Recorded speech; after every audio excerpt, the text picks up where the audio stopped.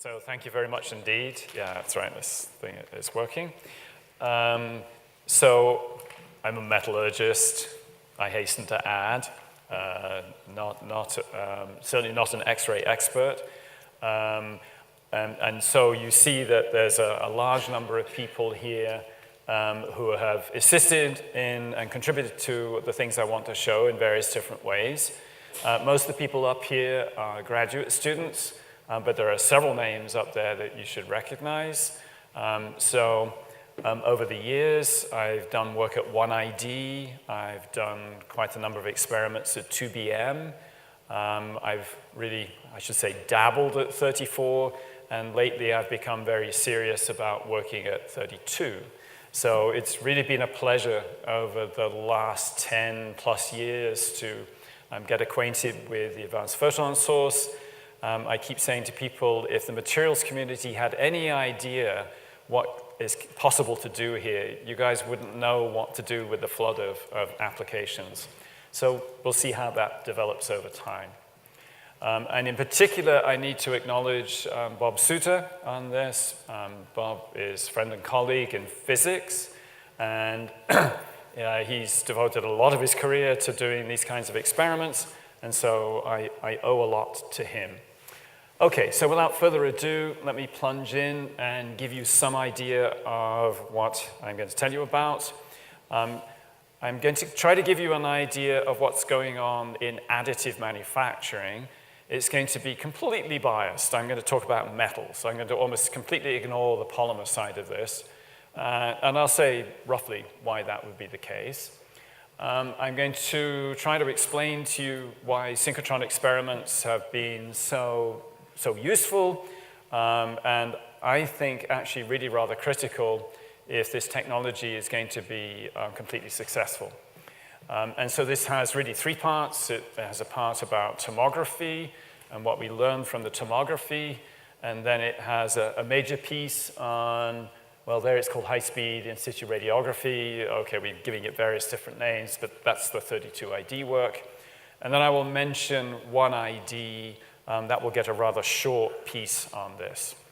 So I should say I really don't mind answering questions as we go along, although if you put me on the spot of asking a really complicated question, I may just say, well, let's hold that until the end. But if you've got a clarification question, don't be afraid to stick your hand up and let me clear it up. All right, so additive manufacturing is increasingly about doing this with metals.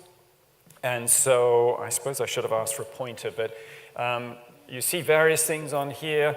One of the more famous pieces that's known about is this part. It's an injector part. It goes in one of the modern General Electric engines. And they're pretty pleased with this because they were able to replace a part that previously required something on the order of 20 pieces that had to be joined together. It has moderately complex internal passages, particularly at the actual injector end of it. And so they reckon that this was something that allowed them to change the design and make it more efficiently. So that's actually a big element in what's going on with additive manufacturing. It's not just a replacement manufacturing technique. It's really something that's changing the way that people think about this. So at the top right, you see some simple shapes. In the middle right, you see a lattice work structure. There are quite a number of groups that are trying to exploit the ability to make lattice structures in all of this.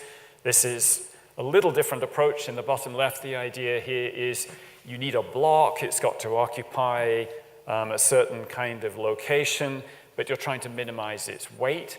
And that, I think, is an example of where the weight minimization has to pay attention to the way in which you build it.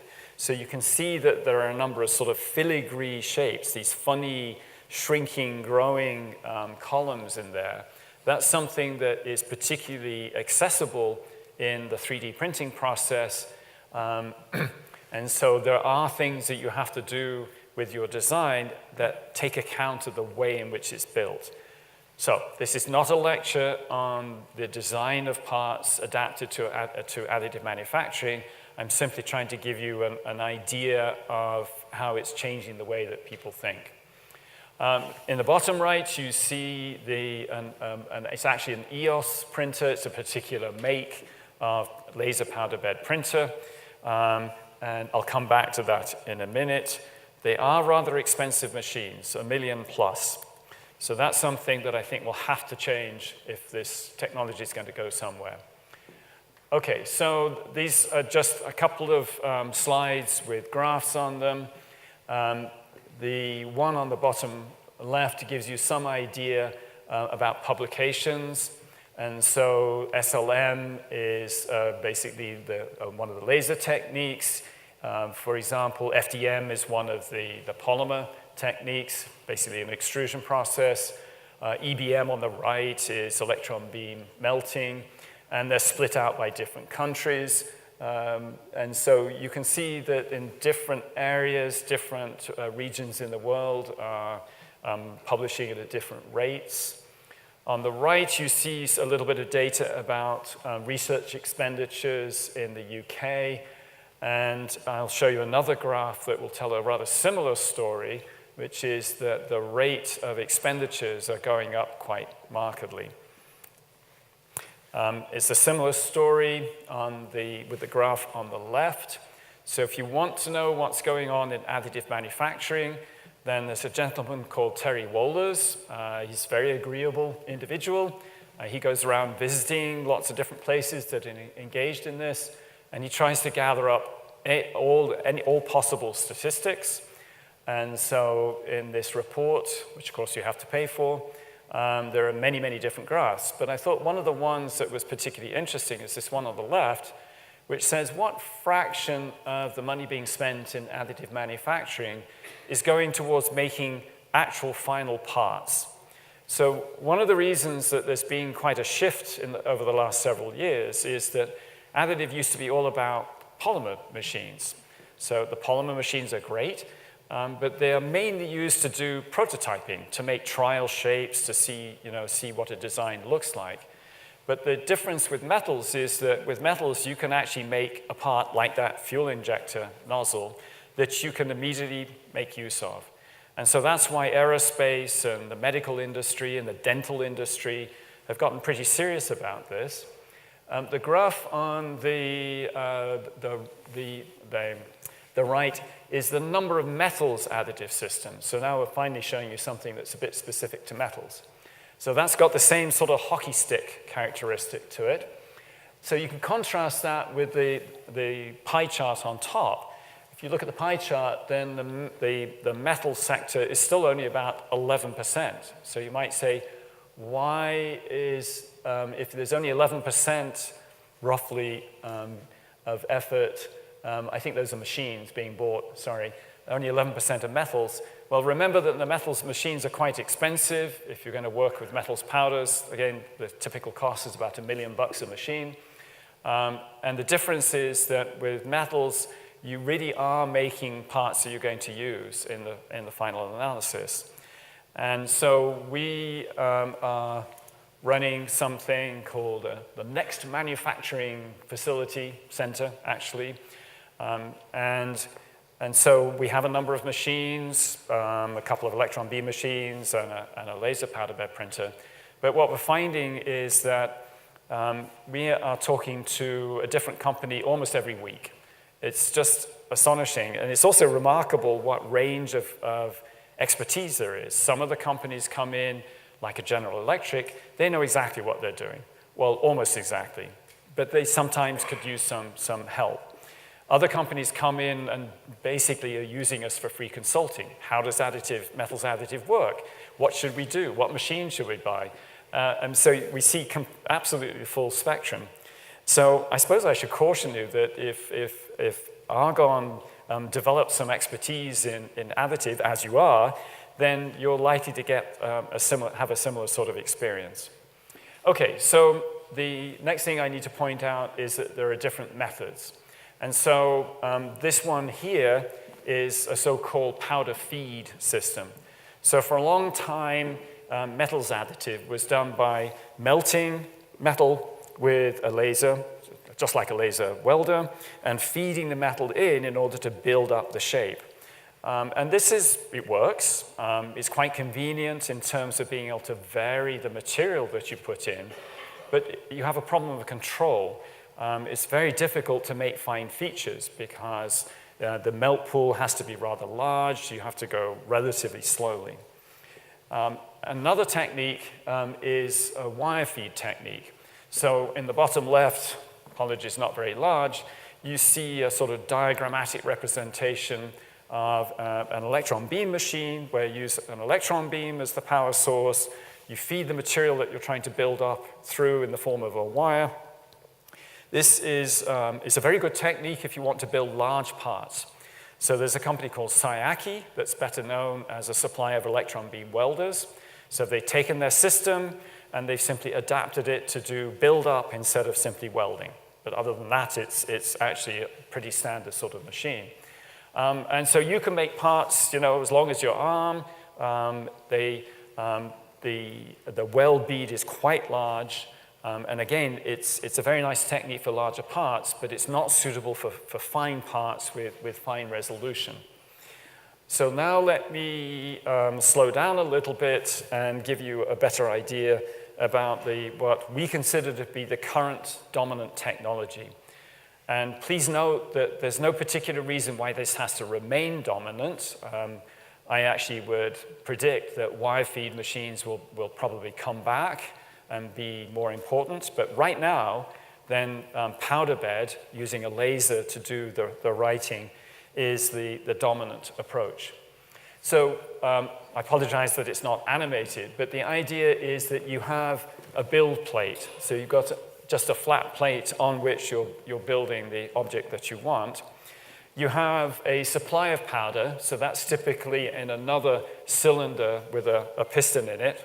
And so you push up by the amount of the thickness of the layer that you want to use, or a little bit more. You have a roller that comes across so that you push powder out of the reservoir on top of the build plate, or the build plate plus its accumulation. And you do this in such a way that you have a well-defined layer of unmelted powder. And so if you go back over here and you look at this diagram, what you're supposed to get out of this is the idea that you have your layer, which can be anywhere from 20 microns thick to, let's say, 70 microns, or even a little bit more. And then you come along with a laser and you melt, you melt the places where you actually want to build up the solid material. And where you don't melt, you leave behind the powder. So that when you're all done, you can shake the powder out, even from internal passages, and you're left with your 3D object that doesn't have to be convex, if you like. It can have all kinds of internal passages. And so for each layer that you do, you spread you withdraw this piston, you leave a little bit of a gap, your, say, 40 micron gap, you push powder across until you've got a new layer of fresh powder. You come along with a laser and you write the shape that you want in the layer and just keep going, layer after layer after layer. So you can now maybe start to imagine that if you have an object that is several inches high, it's going to take a while. So one of the limitations of this kind of a process is you can make parts with surface finishes on the order of a few microns, with thin walls that might be, say, 400 microns thick, but it's going to take hours and hours. So really large, especially tall parts, can take a couple of days to build. This is not a quick process. This is not take your block of metal into the machine shop and whack away a whole bunch of metal. So that's a non-trivial limitation. And that helps to explain why it's being used for relatively high-value parts, for parts that would otherwise be very awkward, or parts for which a redesign, like that fuel nozzle, adds significant value. So just to make it a little bit more real, hopefully not definitely too much, this is what you're looking inside through the window on, actually it's our EOS laser printer. And there you see the laser coming along and writing a shape. Oh, thank you very much. Yep. Let's see if I can actually make this light work. Yes, look at that. So what the laser is doing, of course, is scanning very rapidly back and forth in order to write the shape. It's actually writing it in stripes. So you might think, why is it leaving these thin gaps? But what you won't see in this is that it does one layer this way and the next layer in a different direction, the next layer in a different direction again, so as to basically average things out a bit. And in here, of course, it's not writing. So even this simple video taken with a GoPro, you can see an awful lot of spatter. There's all this stuff flying off. And that groaning sound, that was the head moving across, and I'm not sure how long this runs, but if we would keep up, that was the recoder blade. That was spreading more powder across, and now it's going to start writing again. So this is not exactly science, but I wanted you to have an impression of what really happens in one of these machines, because I think it's helpful to have that to keep it in mind. Okay, so that's enough of that. People occasionally ask me, why do we need to do research? You know, these machines exist, you can make parts, the world is wonderful, isn't it? Well, there are in fact many open questions, and so just for the fun of it, I promise you I'm not going to read all of these out loud, I'm just going to pick on a couple of these and illustrate some points. But there are many scientific issues, engineering science issues, if you like, that do actually matter if you're going to put, say, a different material in the machine. Or if you're going to take a machine for which we know how to build, let's say, a part out of stainless steel, but you want to use a powder supplier that's not one of the standard approved suppliers. So it's a different powder. What do you do about that? And so you quickly find out that there are all kinds of questions such as, well, how does the light, the laser light, or the electron beam interact with the material? And so I'll show you in a very basic equation, but people tend to say, oh, well, there must be some absorptivity. There must be a material property that tells you when you shine a light at your material, what fraction of that light gets absorbed. So this tends to come across as a material property. Well, it isn't quite that simple, and I think you'll appreciate it. Was there a question? No. I think you'll appreciate that when you get to see some of the videos from Tao's setup, that actually there's the laser light or the electron beam causes a depression, and that changes its shape. And now that we understand that, we're actually starting to adjust this absorptivity, and it turns out to be a process parameter that varies all over the place. It is not a material parameter. To pick a completely different one, when you build these parts, then you typically preheat the powder to some temperature. In some machines, you take it to several hundred centigrade. In other machines, say that most of the laser machines at the moment, you can maybe take it to a maximum of 200. So that means that every time you write one of those tracks, you're taking the material from, say, 200 centigrade up to above the melting point, and then it comes crashing back down again. The cooling rate is as high as 1,000,000 degrees a second. And so one of the consequences of that is you develop a lot of residual stress. Now, the residual stress levels are quite high, but one of the reasons to use a high preheat is that what you find is you get stress relief. Well, that stress relief depends on what's happening mechanically to the material. And actually, the mechanical behavior of materials near to the melting point is really not much research. I mean, interesting things turn up like the Poisson ratio tends to head towards a factor of 1/2 instead of the more normal 1/3 that you see in metals. So there are lots of interesting things there. Now, occasionally I get asked about, and a particular point that gets very much debated is data analytics.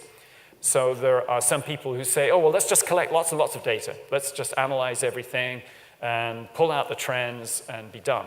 Well, I think the fact that I've got this big, long list of open questions should tell you that there's a lot of physics, and if you ignore the physics, where did I put it? There. if you ignore the physics, you may not get the right trends out of this, or you may get very unreliable trends. So, of course, you can then take this and you can try to tease out of it the issues that are specific to computer simulation. Even here, there are things happening down at the scale of the solidification microstructures that are not terribly obvious.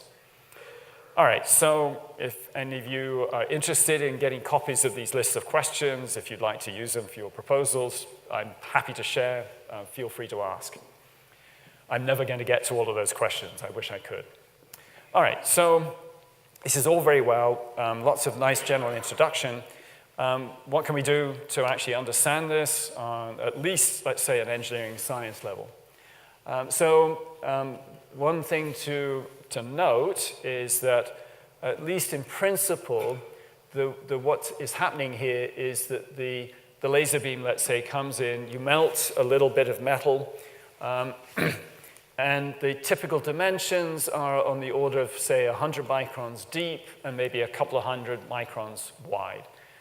Obviously, there are variations, but that's a good place to start.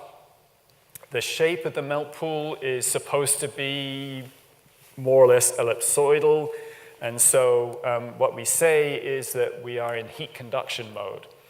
This is quite a contrast to typical high-power density welding techniques, where and very often with electron beam and laser, you are deliberately introducing deep penetration. That's actually one of the advantages of lasers and electron beams, is you have a very high power density, and you can quite easily generate what's called a keyhole, vapor hole, basically. So for quite a while, I assumed that we really were in conduction mode. That allows you to use something called the Rosenthal equation, which dates all the way back to 49, very standard equation in welding. You have to tune the material parameters and so on, but you can make it match the melt pools quite well. Well, I'll show you in a little bit that life is not that simple, and that actually helps to explain some of the problems that come up. Now, if you want to understand what's going on, it turns out that a very helpful map is a beam power versus velocity. How quickly are you scanning across versus how much power are you dumping into the piece? Basically, the more power in relation to the speed, then the larger the melt pool is. So if you look at these pictures, you can just about see that here's a melt pool, or the remains of it. Here's a larger melt pool, an even larger and deeper melt pool.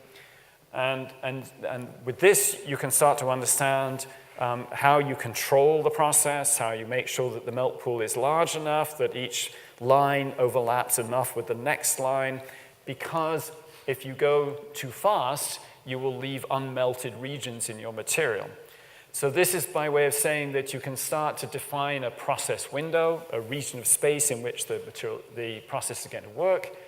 Unfortunately, you might think, oh, well, I'll just turn up the power, just pile on more heat. But the problem is you definitely get into keyholing, deep penetration, and you'll see in a minute what consequence that has. There are lots of other things that go on here. This is, I guess it was a bit of an advertisement for us, but so be it. So let me rearrange this diagram, keep the same axes, but now explain to you what the limits are, as best we know them today, on where you can actually operate the process.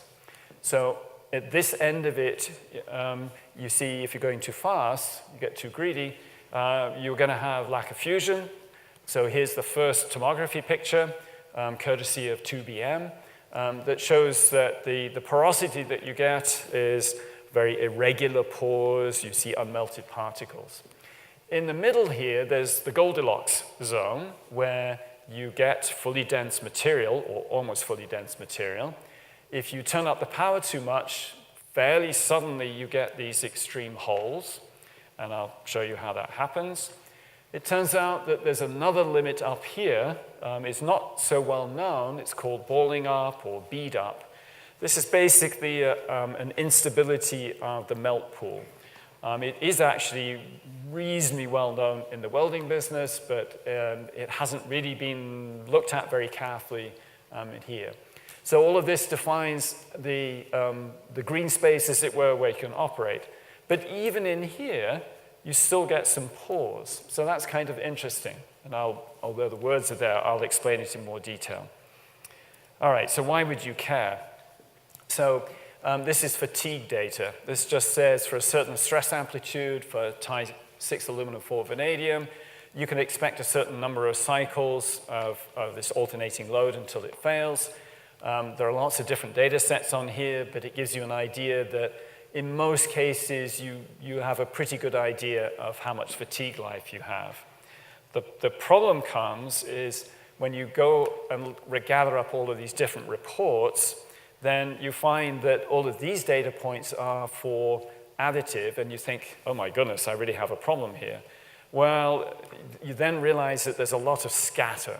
So one of the issues with additive metals is that if you make it in one machine in one place and you make your part in another place, you very often see highly variable results.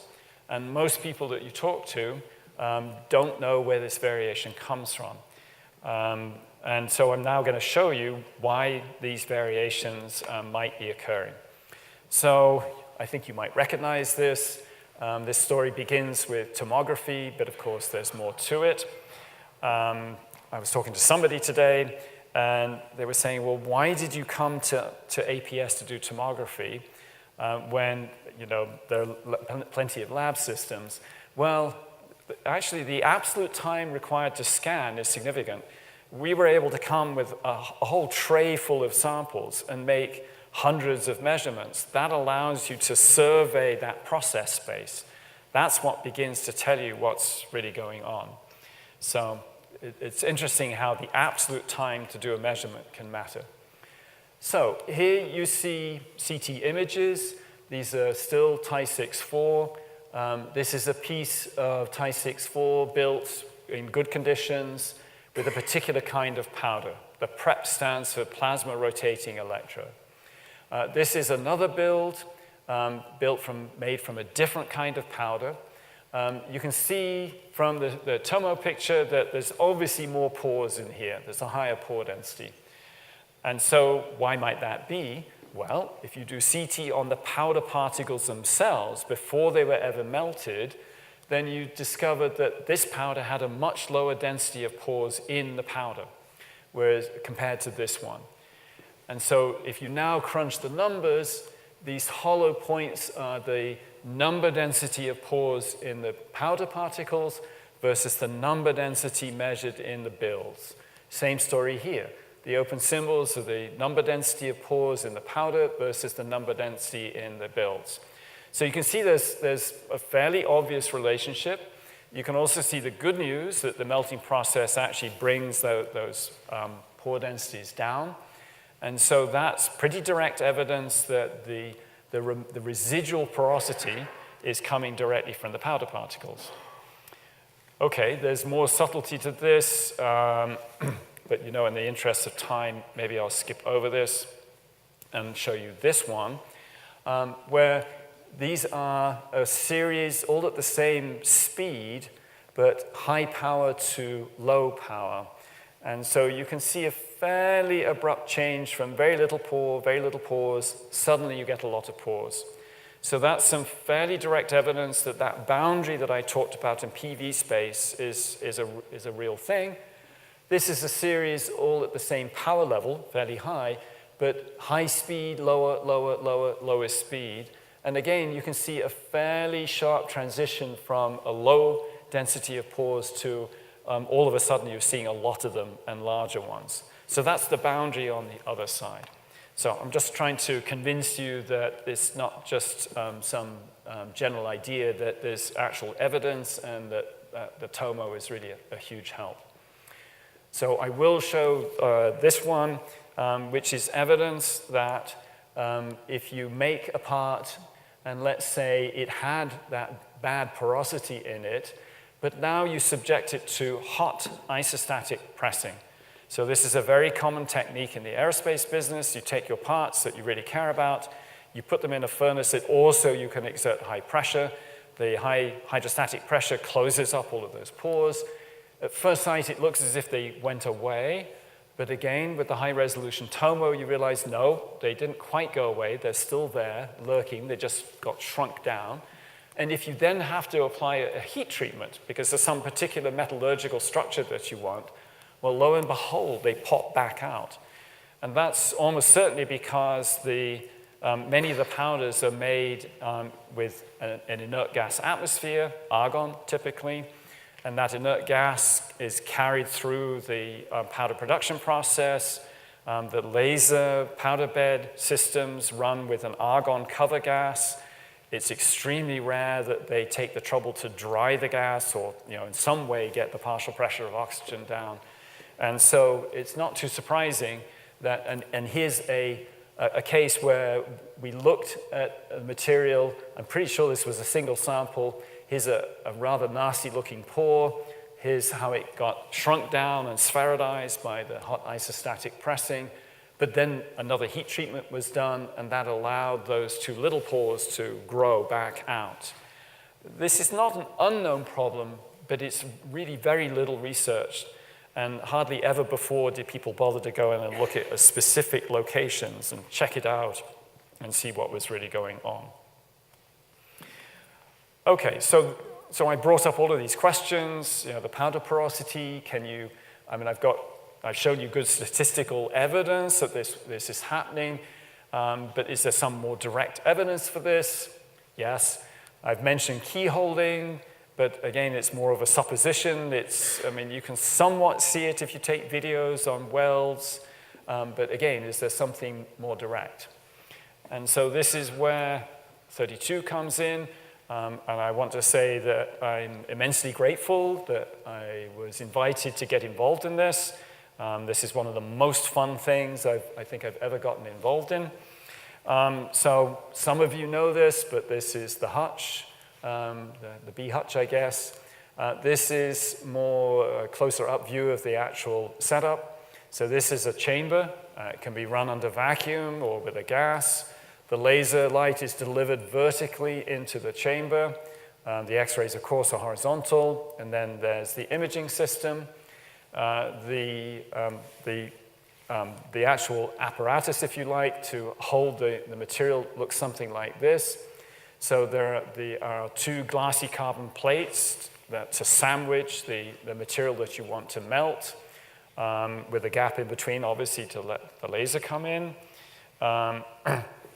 So this is just a higher magnification view. This is a static view of just a single image. The dark color is just a metal plate.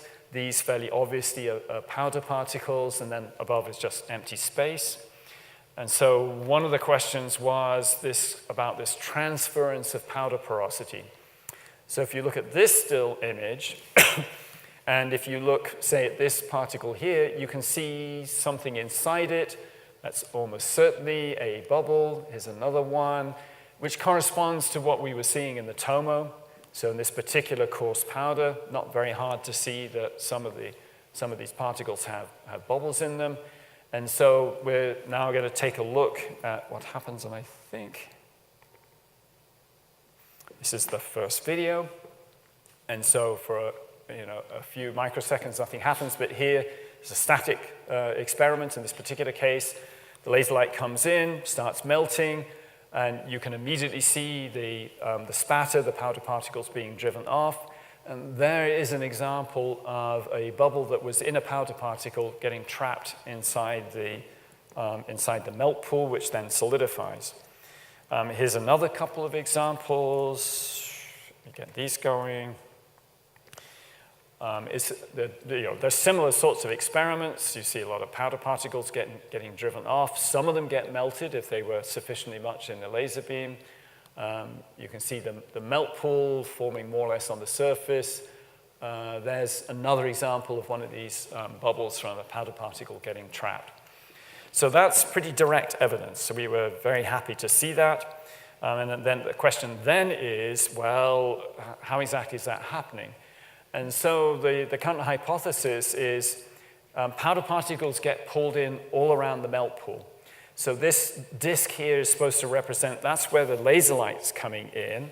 This gray is the melt pool. So powder particles get pulled in, obviously at the front side, but those get melted immediately, and we're pretty sure that any bubbles get out of that. However, particles also get pulled in at the back side of the melt pool. And so the reason that's important is if you're at the back side on the flank, as it were, of the melt pool, and your powder particle gets pulled in, the residence time may be quite short, and that we suspect that that's the main mechanism by which this is occurring. Okay, so these are things that already suggest further experiments. All right, so now let's show you a few more things. We've started to do a more thorough survey. So this shows you, it actually shows you a weekend's worth of work. So again, power versus velocity. The laser has a maximum power of 500 watts. And so we did most of the experiments with titanium, some with solid plate, some with powder. For a lot of these experiments, the powder doesn't make all that much difference to what you see, other than, of course, the powder particles flying off. So I'm just going to show you two sequences to give you some idea of the differences. And this now finally starts to explain the poster. If any of you looked at that poster, you would have seen these rather sort of, I didn't realize how undramatic they were going to be. You had to really look at those grayscale images to get any kind of a feel for what you were looking at. So these are all done at the same speed. So these are taken from traverses. Hopefully I have the actual movie here, give you a better idea. I realize that the order's not quite right. But anyway, the point is, if you have a low power, there's almost nothing to see. But as you turn up the power, this is a vapor hole. So as you watch the movie, you see this vapor hole marching across. Here you see a deeper hole, and these are actually bubbles that got left behind. So that's a sequence just stepping up in power. If I show you a sequence at high power but different speeds, it also gets very interesting. And so what you see here is a low speed, and so you see a keyhole, and it's a very deep keyhole, and in titanium this tends to leave behind a lot of bubbles. As you step up the speed, the keyhole is there, but not surprisingly it's getting shallower. It's also acquiring a rather interesting shape. So instead of being long and skinny, it's getting this sort of more like a shelf at the bottom. When you look at the very highest speed that we did in this particular case, all of a sudden you can see that it's become quite elongated. So when most of the time when you talk about keyholing, people tend to think, oh, it's just some kind of a hole. It turns out there's a lot of richness in this. There's a lot of variation in the shape. We see some curious things going on with bubbles forming on the back side of this. There's just a lot of complexity. So I apologize that I'm not showing you more quantitative data, and my only excuse is that these pictures came from just 2 weeks ago. So we just literally haven't had time to do the image analysis to step through all of this. Okay, so I'm going to finish up here by saying something about high-energy diffraction microscopy. And this is looking a bit forwards in terms of trying to understand some of the deeper issues. I'm conscious in showing this that some of you have seen this some number of times before, but this is really some kind of a summary picture. So this is the kind of experiment that we do at 1ID, and this is where we're taking advantage of having a high-energy monochromatic beam. So that's this red object here. The sample is just something sticking up through the beam, so the cross-section or the intersection is illuminating the complete area. We rotate the sample in front of the beam, and if we run this in near-field mode, we have a detector that's very close, say about 1 centimeter away or less. And so when we collect the diffraction patterns, which I don't have time to show you, their position on the detector depends just as much on the point of origin of the diffracted beam as it does on the diffraction angle, or the order of diffraction. But that allows us to do reconstructions that give us what is essentially a three-dimensional orientation map. And if you're dealing with polycrystalline materials, that is pretty useful. That allows you to map out something and then apply some kind of a load or heat it up or in some other way modify it. Then there's another mode that we refer to as far field. So if you have a detector much further back, then the position of the spots on the detector depend a little bit on the point of origin, but obviously much less so. But the advantage here is that the displacements also depend on elastic strain at that, in that grain. And so with the far field technique, we get to extract lattice strain and orientation and so on and so forth. And so what we can do with this is we can take these individual slices, we can build them up into a 3D picture. And a very important part of this has been a collaboration with the Air Force Research Lab. So these blue and stainless steel objects, that's a RAMS device. That's something that allows us to apply load and rotate at the same time as we're doing these experiments. And the thing that I wanted to show you that is an interesting, significant advance, I think, is that we did some of these experiments on titanium-6 aluminum-4 vanadium. So part of the point here is if you do these diffraction experiments on a well-ordered polycrystal, such as a small piece of gold, and you make averages of all of the diffraction patterns, you get these beautiful rings here showing up. The diffraction from the titanium was basically a mess. So why is it a mess? Well, it's a mess because the actual local structure is little tiny laths, plates if you like, of hexagonal, so-called alpha, with a little bit of beta, body center cubic beta in between. So this is EBSD. This is what you can do in the SEM.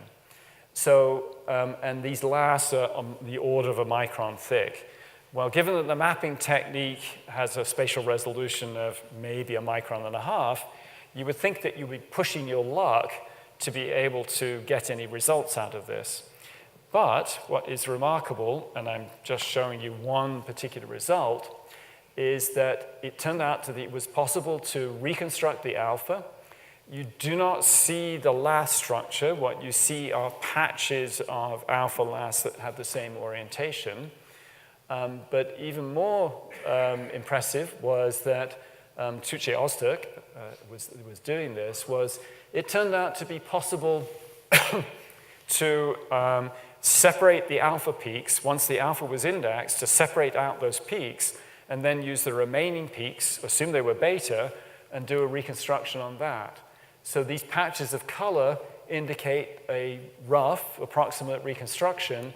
You can see that these patches are much larger than the alpha, but that actually makes sense. When titanium or titanium alloy solidifies, it solidifies as a coarse beta grain structure, which then breaks down into a much finer alpha structure because of the orientation relationship that applies during that diffusionless phase transformation, almost diffusionless. Even more fun is you can take all of these alpha patches, you can assume an orientation relationship, and you can say, in any given area, what beta orientation was compatible as a possible parent. And that gives you a map like this. And what we find is that there's good agreement between the direct reconstruction from the X-ray data and the back reconstruction from the assumed orientation relationship. So that's to give you some idea that, yes, you really can do two-phase reconstructions where some people would have said, no, that wouldn't work. So a couple more slides and then I'll be done. The thing that's really fun is that the sort of sample that you put in that RAMS device looks like this. And it occurred to us that what we really wanted to do was to look at what's happening in terms of strain states around voids, because that's as you've seen, very characteristic of additively manufactured materials. There are essentially always some voids in there. So we had these nice polycrystalline samples, but not being additive, they didn't have any voids. And I can tell you why that was interesting. But we realized that we could take it down to Tau's laser, basically put a little well bead in it with conditions that would leave behind voids, and it worked. So we had this polycrystalline sample, we applied the laser to it, we got our voids, and then we did the HEDM. This is quite a friendly material, this Ti-7 aluminum. The near-field reconstruction worked really well. There's some things to discuss about this missing piece, but that's basically because that's the weld bead. And we've collected a bunch of far-field data. So we're really quite confident that this will allow us to put voids more or less where we want to put them. And this opens up a considerable amount of space in terms of experiments that can be done. Okay, so that's just to give you an idea about HEDM, how we're trying to connect it to the fundamental problems in additive manufacturing, and where we're going in terms of the experiments we're doing, and these things I like to call designer voids. So, just to summarize very quickly, I should switch this one, sorry. So as I mentioned at the beginning, metals additive manufacturing is dominated by laser powder bed at the moment. Won't necessarily stay that way, but that's how it is at the moment. You can define a process window. You can define a safe zone. It's got various limits on it, as I mentioned there. When you look carefully, you find that porosity is always there. It's not a question of whether it's porous, it's a question of what level the porosity exists. Nevertheless, it looks controllable. It's something that can be worked with. I'm going to assert that high-energy X-rays are already an essential tool for understanding the materials and the process. Tomography has already revealed a great deal about porosity. Diffraction microscopy is proving to be very important, and I think it will be extremely important for residual stress. And then in the here and now, then dynamic X-ray radiography is already revealing many, many things. I didn't take the time to show you all of the phenomena that it's showing up, but for example, some alloys are known to be sensitive to cracking, we can see cracking with this technique. So that's why I'm so excited about it. Okay, well, thank you very much for listening. I hope you found that interesting, either at the general level of what's going on in additive or at the very specific level of what can you do with hard X-rays. Thank you.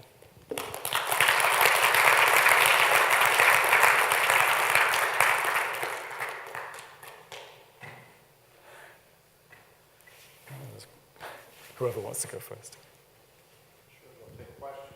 Oh, by all means, yes.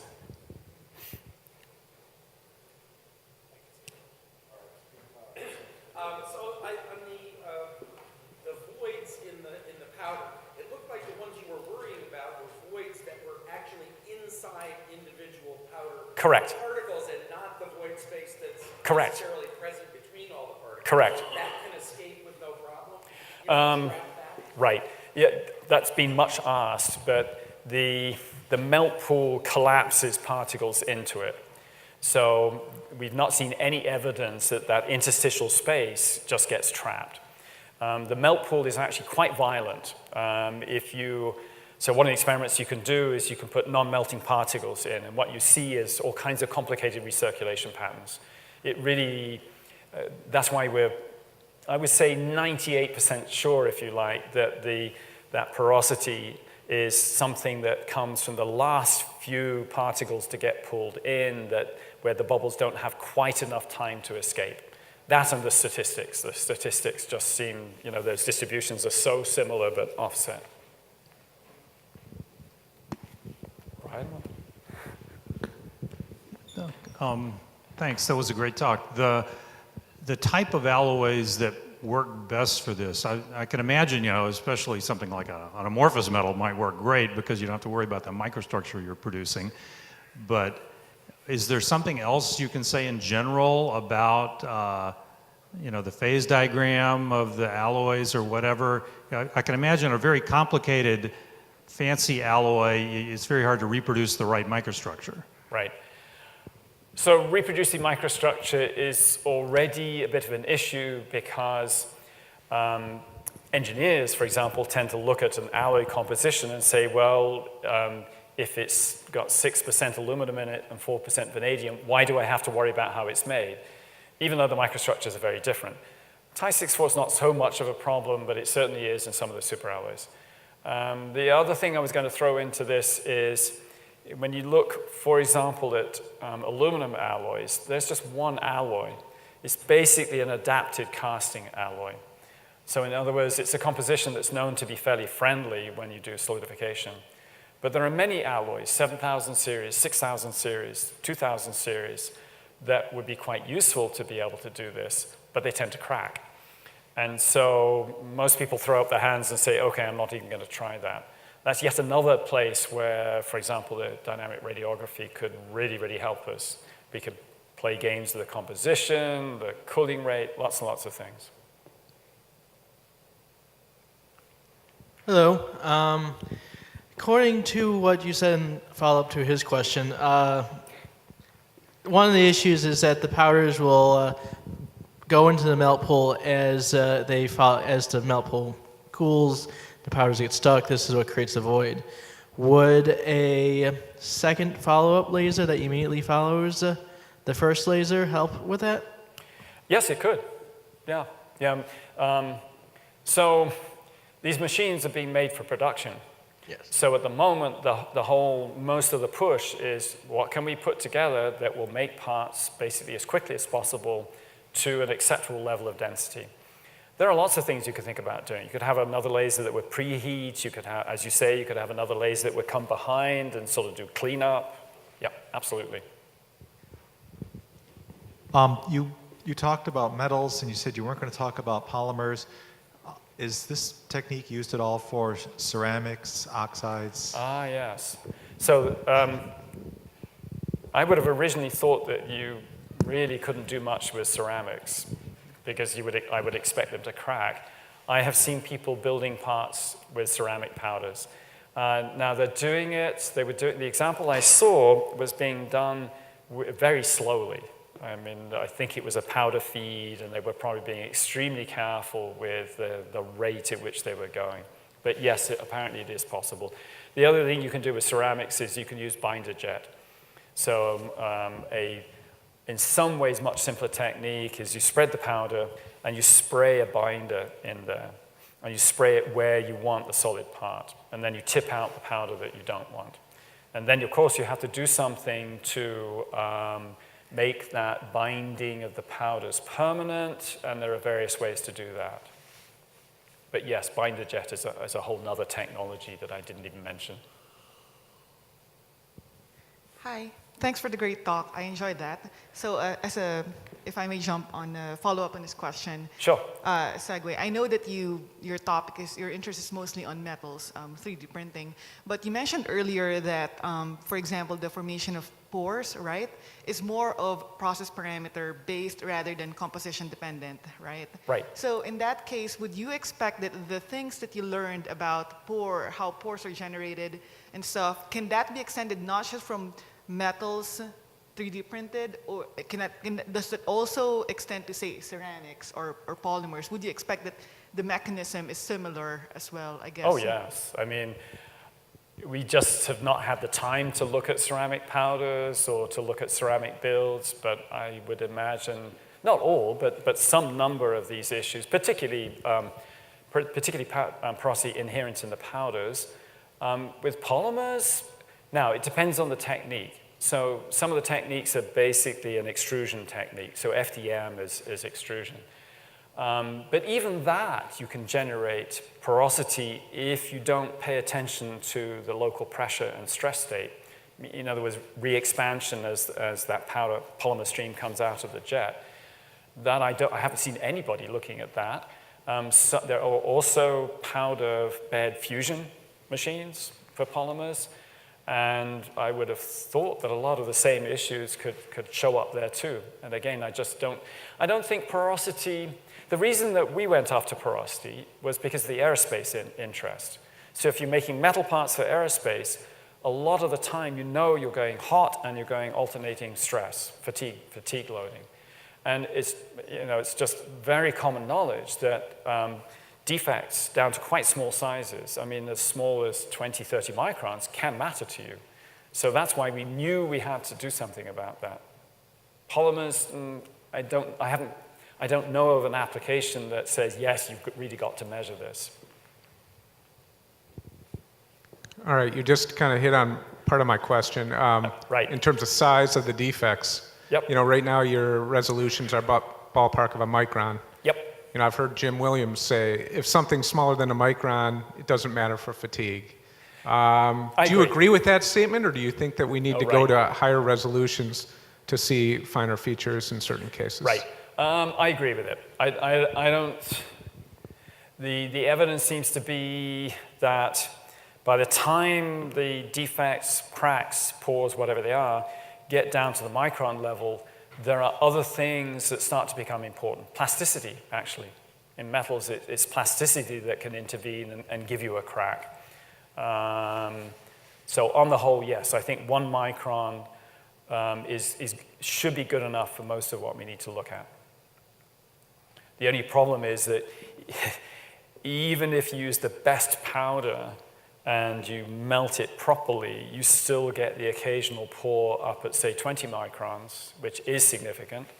And if that pore happens to be in the surface, then you definitely have an issue. So location, location, and location actually turns up.